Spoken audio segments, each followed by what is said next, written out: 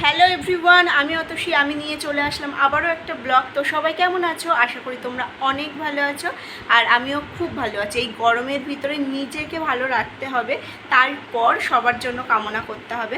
তো আমি ভগবানের কাছে চাই যে আমি নিজেও যেমন সুস্থ থাকি আর তোমরাও সেরকমইভাবেই সুস্থ থাকো, ভালো থাকো, হাসি খুশি থাকো। আর আমার ভিডিও ভালো লাগলে অবশ্যই লাইক কমেন্ট করো, সাবস্ক্রাইব করে আমার পাশে থেকো। তো আজকের ভিডিওটা এখন বাজে 11টা, এখন থেকেই শুরু করছি। এখন রান্না করতে মানে মা গিয়েছে রান্না করতে, আর আমি যাবো একটু হেল্পিং হ্যান্ড হিসেবে। যা যা প্রয়োজনীয় কাজ করতে হবে সেইগুলো করে দিতে, যেমন সবজি কাটা, সবজি ধুয়ে দেওয়া, তারপরে বাটনা করে দেওয়া, এইগুলোই করে দেবো। আর মা একটু রান্নাবান্না করে নেবে। এই গরমে যত তাড়াতাড়ি রান্নাঘর থেকে বেরিয়ে যাওয়া যাবে সেটাই মঙ্গল। সমস্ত মায়েদের উদ্দেশ্যে আমার একটাই কথাবার্তা, যেহেতু মারাই বেশিরভাগ রান্নাঘরের সময়টা কাটায়, আর এই গরমে কাটানো একদমই উচিত না। বেলা উঠে আসার আগে আমার মতে তাড়াতাড়ি যে কোনো উপায়ে একটা তরকারি ভাত করলেই হবে, এরকমভাবে রান্না করে বেরিয়ে আসা উচিত। কেননা আমি নিজে রিয়েলাইজ করেছি আমার কতটা কষ্ট হয়, সুতরাং তাদেরও কষ্ট হবে, মায়েদেরও। সমস্ত মা যারা রান্না করে থাকো তাদের উদ্দেশ্যেই বলবো যে তোমরা তাড়াতাড়ি ডাল হোক ভাত হোক সেটা করে বেরিয়ে এসো। কেননা আশেপাশে আমাদের পাড়ায়, আমার শ্বশুরবাড়ির পাড়াতে এই এত গরমে 2-3 জন পরপর অসুস্থ হয়ে গিয়েছে। তারা হসপিটালে নিয়ে যেতে হয়েছে তাদের, মানে দেখা চোখে। ভালো ছিল, এই রান্না করতে করতে অসুস্থ হয়ে গিয়েছে, কেউ মাথা ঘুরে গিয়েছে বা স্ট্রোক হয়ে যাওয়ার লক্ষণ। বাইরে যতটা গরম, সুতরাং আগুনের সামনেও বেশিক্ষণ থাকা উচিত না। আর যেহেতু আমার শাশুড়ি মা রান্না করতে খুব বেশি ভালোবাসেন, উনি রান্নাটা মন থেকে করেন, তো কারোর ভালো লাগা ভালোবাসার জিনিসে আঘাত করা একদমই উচিত না। আমি সেই জন্য ওনার কাছ থেকে জোর করে নিই না যে আমি রান্না করবো, আমার কাছে দিয়ে দাও, বা ওরকম হলে উনি বিষয়টাতে অতটা ভালোভাবে রিয়্যাক্ট করেন না, ওনারা কষ্টই পান। যার জন্য আমি বলি যে তুমি তাড়াতাড়ি করো, অল্প স্বল্পই রান্না করো, এক ভাগের ভাত তরকারি করো, বা এক ভাগের করলে আরেকটা ভাগের ভাজা করলে, এরকম করো। আমি কেটে কুটে বেছে ধুয়ে দিয়ে দিচ্ছি, বাকিটা তুমি যাই হোক করে রান্নাটা করে চলে আসো।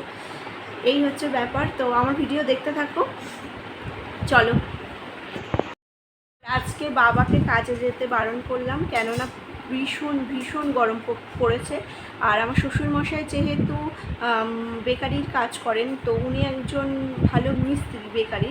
তো মিস্ত্রিদের কাজ প্রথমে আঁচের ওখানে থাকতে হবে, মানে আমার শ্বশুর যে কারখানাটায় কাজ করে সেই কারখানায় এখনও আঁচের হচ্ছে রুটি বেক করা হয়।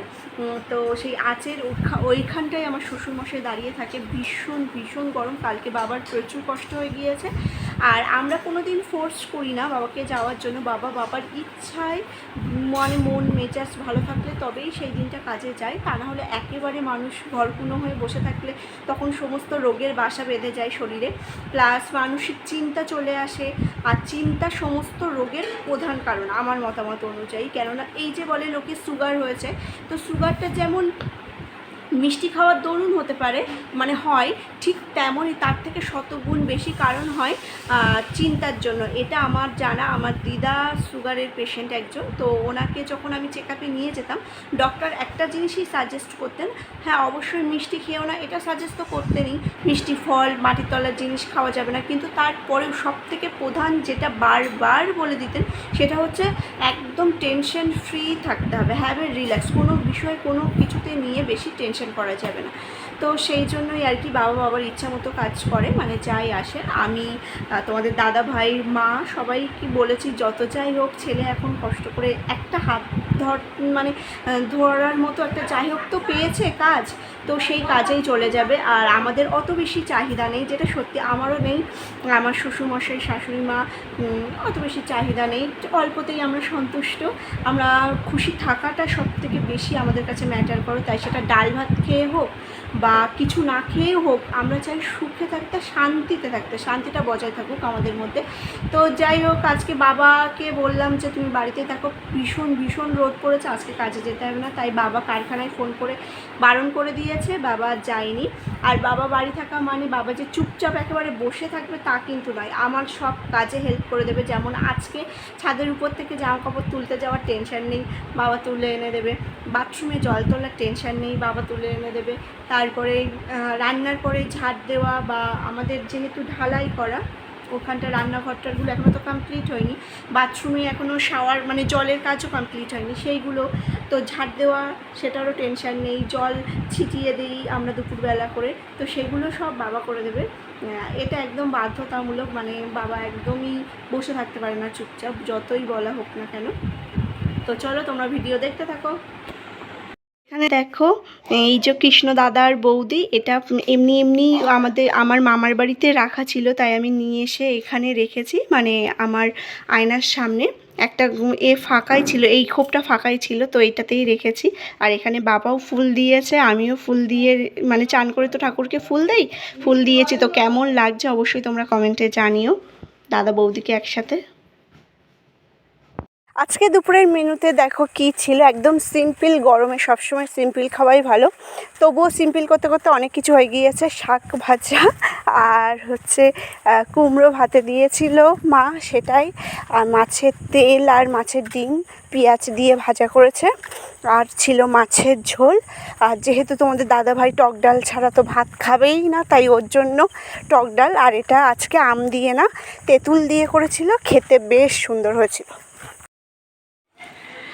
তো দেখো ঘুম থেকে উঠে পড়েছি অনেকক্ষণ আগেই, আর হচ্ছে ঘুম থেকে উঠেই আর একবার স্নান করে নিয়েছি, আর সবাই করি, মানে আমি যবে থেকে বিয়ে করে এই বাড়িতে এসেছি তো তবে থেকে হচ্ছে সকালবেলা স্নান করে ঠাকুরের ফুল দেই, আর বিকেলবেলা স্নান করে ঠাকুরের প্রণাম করি। এটা আমার শ্বশুর শাশুড়িকে দেখেই শেখা, জানি না শীতকালে কতটা কি করতে পারবো, তবে এখন থেকে মানে অভ্যাস করছি যেন করতে পারি, ভগবান করিয়ে নিলে অবশ্যই পারবো।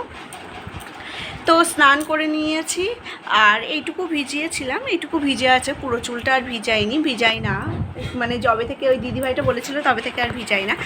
যাই হোক, আর আজকে যেন একটা অসম্ভব চিন্তা হচ্ছে, কালকে থেকে তোমাদের দাদাভাই হচ্ছে ডিউটিতে গিয়েছে, ও ঠিক মতো খাওয়া হয়নি, স্নান করা হয়নি, আজকে এত গরমে সারাদিন স্নান করতে পারিনি। আজকে বাড়ি আসার কথা দুপুরবেলা, এখনও আসেনি, সেই চিন্তা। আর ফোন ধরছিল না, কিছুক্ষণ আগে পর্যন্ত ফোন রিসিভ করছিল না, যার জন্য আমার মানে একবার এখানে বসছি একবার ওখানে গিয়ে বসছি, কি করব বুঝতে পারছি না, ফোন করছে না, SMS-এর উত্তর দিচ্ছে না। তার বাবাও বসে আছে আমার মুখের দিকে তাকিয়ে, আমি কখন বলবো যে হ্যাঁ ফোন করেছে, ঠিক আছে, খেয়েছে, বা মাও বসে আছে, কাউকে কিছু বলতেও পারছি না, কি একটা বাজে ব্যাপার। তা একটু আগেও ফোন করেছিল, ওর আসতে দেরি হবে, মানে 10টা বেজে যাবে হয়তো রাত, ও আসছে বাড়িতে। আর এমনি এখন আর কি যে ওই শুভেন্দু অধিকারী এসেছিল কোথায় একটা, সেখানেই গিয়েছিল। তো সেই আজকে এই কদিন প্রচণ্ড সরকার পাল্টে যাওয়ার পর থেকে যেন অন্যরকম একটা চাপ সৃষ্টি হয়েছে, হুটহাট যেতে হচ্ছে। আর এখন ধরো যেতে হবে কটা দিন, বিজয় মিছিল বার্তার হবে, প্লাস হচ্ছে শুভেন্দু অধিকারী তো আসনে বসার সাথে সাথে এক সপ্তাহের ভিতরেই বেশ অনেকগুলো ঠিক করে দিয়েছে, মানে অনেকগুলো, যেমন ওই যেমন কি বলে স্বাস্থ্যসাথী যেটা ছিল সেটা কি পাল্টে করেছে, অনেকগুলোই করেছে, অনেক কিছু দেখছিলাম আর কি টিভিতে। তো সেই জন্য চাপটা এখন বেশি, যখন যেখানে যেতে বলছে হঠাৎ করে সেখানেই যেতে হচ্ছে, একেবারে পসিবল না হলে সেখানে মানে যাচ্ছে না। আগের দিন যেমন ওকে কি বালতি না কোথাও একটা জায়গা আছে, সেই জায়গায় যেতে বলেছিল, যেদিন মামার বাড়িতে গিয়েছিলাম হঠাৎ করে ফোন করে বলল এক্ষুনি চলে আসো, কিন্তু এত ঝড় বৃষ্টি হচ্ছে, আর সেই সময় ট্রেন টাইমটা ছিল না, সেই জন্য অনেকবার রিকোয়েস্ট করে আর কেউ যায়নি। কিন্তু এই দিন যেমন কালকে গিয়েছে, কালকে ডিউটির ওখান থেকেই নিয়ে চলে গিয়েছে। এবার এইগুলো হচ্ছে ল অ্যান্ড অর্ডার ডিউটি যেগুলো, তো সেইগুলোই আর কি সবার করা হয়ে গিয়েছে, ওর করা হয়নি, সেই জন্য ওকে যেতে হচ্ছে। আর আজকে কালকে ভোর 4টের সময় পৌঁছিয়েছে, আজকে একটু 1 ঘন্টা মতো রেস্ট নিয়ে 5টা থেকে ডিউটিতে লেগেছে, 5টা না 6টা থেকে। আজকে সারাদিন এখনও ওইভাবেই ঘুরছে। আর হচ্ছে আজকে প্রচণ্ড গরম, মানে সেরা গরম পড়েছে এবছরের, যাকে বলবো। জানি না, ও এখনও স্নান করিনি, তবে শুনলাম যে খাওয়া দাওয়াটা ঠিকঠাক টাইমে করে নিয়েছে, খাওয়া দাওয়ার জন্য চিন্তা করতে হবে না, কিন্তু স্নান করিনি তো সেই জন্য আর কি বলছে যে ভালো লাগছে না, বাড়ি গিয়ে আগে সর্বপ্রথম স্নান করতে হবে, এত গরমে তো তো এখন একটু রিলিফ ফিল করছি আমি ওর কথাটা শুনে, বা হচ্ছে মানে মনে হচ্ছে যে না ঠিক আছে। আর বাবাও এতক্ষণ ধরে বসেই ছিল, দোকানে যাওয়ার কথা ছিল, মায়ের ওষুধ কুড়িয়ে গিয়েছে, আনতে যাবে, তো বাবাও যেতে পারছে না। আমার অনেক একটা বাবারও টেনশন হচ্ছে, বাবাও রিলিফ ফিল করে সেও দোকানে বেরিয়ে গেল, আর মা একটু চা করতে গিয়েছে। আর আমি এই ঘরে এসে ভাবলাম যে একটু ভিডিওটা কন্টিনিউ করি, সেই জন্য আর কি। বাবা ওষুধ আনতে গিয়েছিল, আর ওই বেলা তো বার হয়নি, সেই জন্য আর লস্যি আজকে খাওয়া হয়নি, তাই এখন নিয়ে এসেছে, একটু লস্যি খাবো। এই লস্যিটা না খেতে বেশ ভালো লাগে। অবশেষে চিন্তার অবসান ঘটলো, মানে সারাদিন আমি, বাবা, মা যে যার মতো চিন্তা করে যাচ্ছে, তবুও হাতে কাজ করছে এরকম একটা, তবুও যেন কারণ মনটা ঠিক নেই, কেননা ফোনে পাওয়া যাচ্ছে না, কোনো কিছুতে পাওয়া যাচ্ছে না। তো যাই হোক, এখন 10:45 বাজে, ও বাড়ি ঢুকেছে, এখন স্নান করতে গিয়েছে, তারপরে খেতে দেবো। তো আজকের মতো তাহলে ভিডিও এই পর্যন্ত। সবাই ভালো থেকো, সুস্থ থেকো, দেখা হচ্ছে একটা নেক্সট ভিডিওতে। টাটা সবাইকে।